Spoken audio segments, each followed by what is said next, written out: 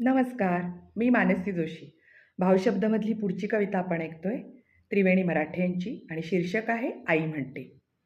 आई म्हणते लेक माझी खरंच खूप धीराची. आई म्हणते लेक माझी खरंच खूप धीराची. कसं सांगू तिला गं व्यथा माझ्या मनाची. कधी-कधी असं होतं खूप रडावंसं वाटतं. कधी-कधी असं होतं खूप रडावंसं वाटतं. खूप खूप दूर जाऊन एकांतातच राहावंसं वाटतं. देव असा निष्ठुर कसा? देव असा निष्ठुर कसा? हाच एक प्रश्न असतो. लेकरू त्याचं सावत्र असेन, लेकरू त्याचं सावत्र असेन असंच मग मला वाटतं. विचार करून करून मग डोकं माझं फार दुखतं. विचार करून करून मग डोकं माझं फार दुखतं. धडपड करताना मग मनही कधीतरी थकतं.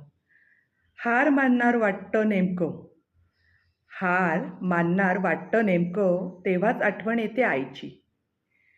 आई म्हणते लेक माझी खरंच खूप धीराची. आई म्हणते लेक माझी खरंच खूप धीराची.